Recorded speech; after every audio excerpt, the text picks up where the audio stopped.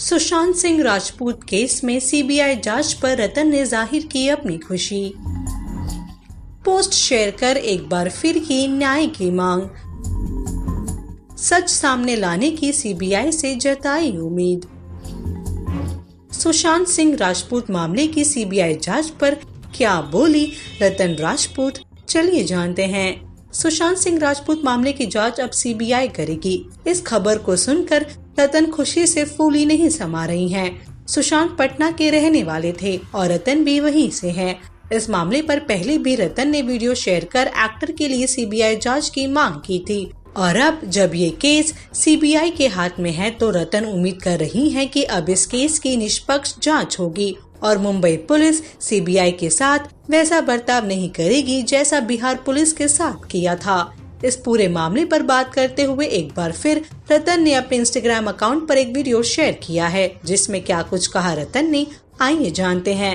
Hello, नमस्ते, सलाम, सत श्री अकाल, राम राम और आप सभी को रतन राजपूत का प्रणाम। आज 5 अगस्त है, बहुत ही आम दिन है, पर आम होकर के भी बहुत खास दिन बन जाता है क्योंकि आज सुशांत सिंह राजपूत के केस को सीबीआई को सौंपा गया है और ये मुझे लगता है कि आम जनता की आवाज़ और उनके साथ की वजह से हुआ है, जो हर दिन जस्टिस फॉर सुशांत के लिए आवाज़ उठा रहे हैं और शायद वो आवाज़ बिहार सरकार तक पहुंची और बिहार सरकार ने सेंटर को रिक्वेस्ट किया कि सुशांत सिंह राजपूत का केस सीबीआई को सौंपा जाए और फाइनली आज ये खबर आ ही गया। देर आए पर दुरुस्त आए कह सकते हैं इस मामले में, क्योंकि अब सुशांत का केस नहीं रहकर ये एक ईगो का केस बनता जा रहा था।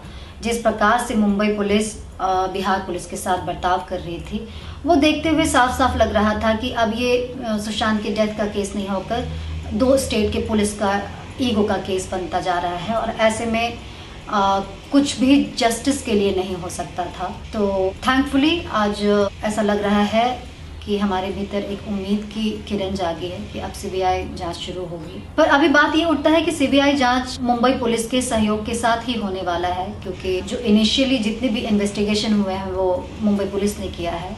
तो प्रार्थना है मुंबई पुलिस से और उम्मीद है उनसे कि जो व्यवहार उन्होंने बिहार पुलिस के साथ किया है वो सीबीआई जांच में नहीं करेंगे और पूरी तरीके से सहयोग करेंगे। अब इस केस का रूप और नहीं बदला जाएगा, उसकी तस्वीर को बदलकर हमें नहीं दिखाया जाएगा।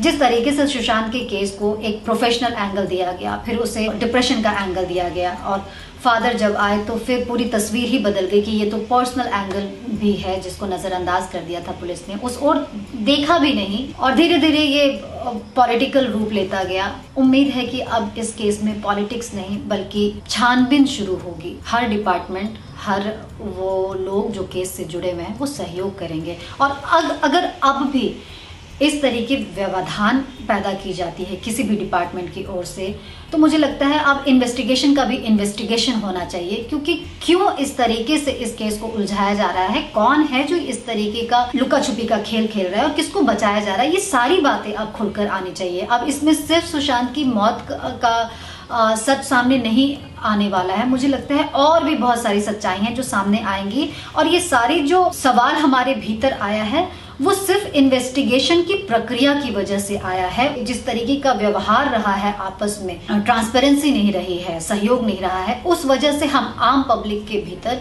बहुत सारे सवाल आए हैं जिसका मुझे लगता है कि अब जवाब सीबीआई जांच के दौरान ही आएगा और बहुत सारी बातों का खुलासा होगा। तो मैं उम्मीद करती हूँ कि अब जांच में तेजी आएगी और हम एक परिणाम तक पहुँचेंगे और अब इस प्रकार के वीडियो की ज़रूरत हमें नहीं पड़ेगी, क्योंकि हम अब तक सिर्फ और सिर्फ सीबीआई जांच की मांग कर रहे थे, क्योंकि हमें बहुत विश्वास है कि सीबीआई जांच से सच सामने आएगा और हम सबके मुंह पर एक चुप्पी छाएगी सच जानने के बाद। जो भी सच है हम स्वीकार करने के लिए तैयार हैं, पर बशर्ते वो सच हो।